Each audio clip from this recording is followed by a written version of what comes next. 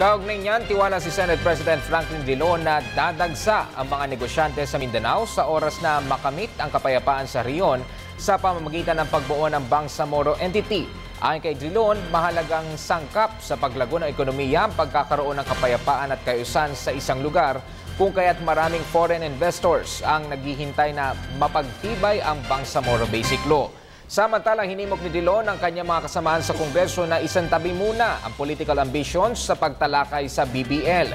Sa oras na maisumite ang panukalang Bangsamoro Basic Law, agad umanong sisimulan ng Senado ang deliberasyon ukol dito.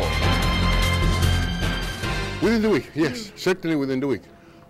If we have time, we'll immediately refer it to the Committee on Local Governments on Wednesday afternoon, together with the Committee on Peace.